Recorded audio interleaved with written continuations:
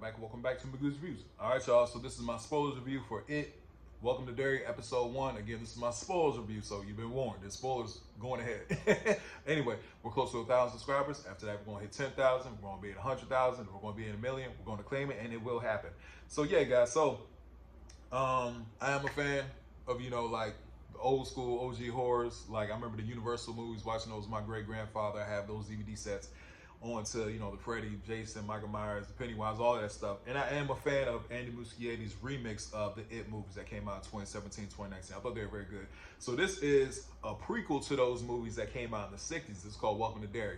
So pretty much one thing I can say off the bat, I love the cinematography. This looks like a movie. It looks like a big budget Hollywood movie, and it's a TV show. But overall, I really do like the aesthetic of it. I love the 60s and everything like that. I love like I said, the cinematography, like the set, everything. I love all that. You know what I'm saying? The actors so far, man, have been very good, especially the kid actors. So open the scene, you see a young boy. His name is Maddie. He's inside the movie theater. He's sucking on a pacifier. I was like, come on, bro, take that out your mouth. But anyway, he's watching a movie. I guess one of the ushers in the movie theater seems, hey, man, you got to get out. So that's when he started chasing him out. There's a little girl. I'm pulling up their names right now. I had to go to IMDb to look up the cast because I couldn't remember all their names. But a little black girl, her name's Veronica. She sees him, try to hide him and stuff like that, because he likes to just go to the movies. So as he hides them, her and her dad leave, and the usher chases him out. As he's walking out, he's hitchhiking. Little boy hitchhiking. I said, yeah, it was a different time back then. He's hitchhiking, trying to get home. Family picks him up. It's a family, a husband and wife. They got older daughter and a younger son. Get in the car. Things are just off. The mom is pregnant, and they just start talking about stuff. And he's like, oh, can you change the radio station? It starts to get like, all right, you can tell what's about to happen, right?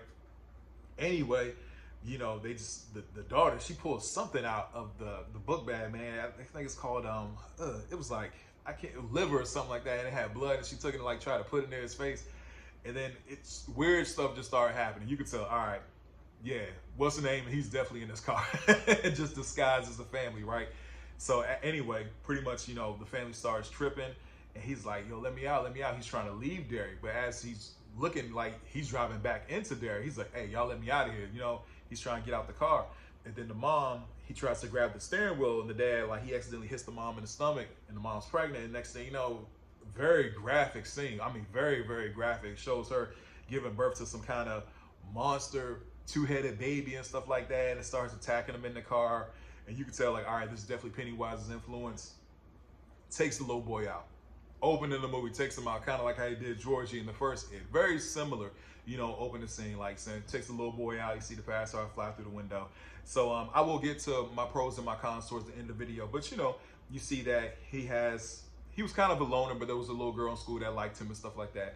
And, he also had two of his friends, they knew him, but they weren't really his friends and stuff like that. But pretty much you see them hey man, he disappeared, what happened and stuff like that. So you see them kind of going through it, but at the same time, they're kind of going through their own experiences, these little weird experiences. Like the young girl, Lily, she kind of in the bath, and she hears voices again from the drain. The pipes, in the books, It. And then you see the two fingers stick out and try to, it freaks her out, you know what I'm saying? The one thing I can't say, this wasn't scary. It wasn't scary at all. There was some creepy moments, but nothing in there was oh my gosh, it wasn't scary, you know what I'm saying? And I like the It movies, but they haven't, and I'm not a big fan of clowns. I don't like clowns, but yeah, I guess they really don't scare me. But later on, you see the other little boy, who's Jewish and stuff like that. He's at the home, he's sitting at home with his family. He's talking to his family, and his father's like, hey, our history about how, they were, pretty much killed and made into lampshades, stuff like that. Later on, and he's in his room, he keeps trying to turn off his lamp. The next thing you know, boom, you see the face of a lampshade screaming at him. You can tell it's all right, it's Pennywise messing with him, you know what I'm saying? So that's something. Then of course you have another side story with that. Her name is Leroy. Pretty much he's moving into Derry, he's a brother. He's as far as in the military, he's with his friend, and he's on to this whole secret mission and stuff like that. He has these own orders, and so he has his own side story. So there's two stories. There's the Leroy story, and there's a story with the kids, and I was more interested with the story with the children, of course. And then of course at the end, there's the big final scene. They go into the movie theater, because they're like, yeah, I keep hearing this song. They're like, we all heard, even the little black girl, you know, she was like, man, I know I heard like there's a song, and then as they're playing it in the movie theater, all four of the little kids go, and then one little boy's sister goes. They're watching the movie, and then the little boy, he's in the movie, the little missing boy. Similar to how like it was in the first movie, you know, when Pennywise, spoilers, you know, he jumps out the, you know, the screen and all that kind of stuff.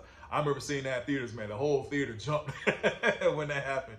But anyway, you know, pretty much the little boy, really creepy scene, very creepy. You know what I'm saying? Like you see like everybody behind him standing, he looks up and kind of, you know, you see his ears go up. You see like the, that's one thing I can't take Pennywise serious, like the two buck teeth.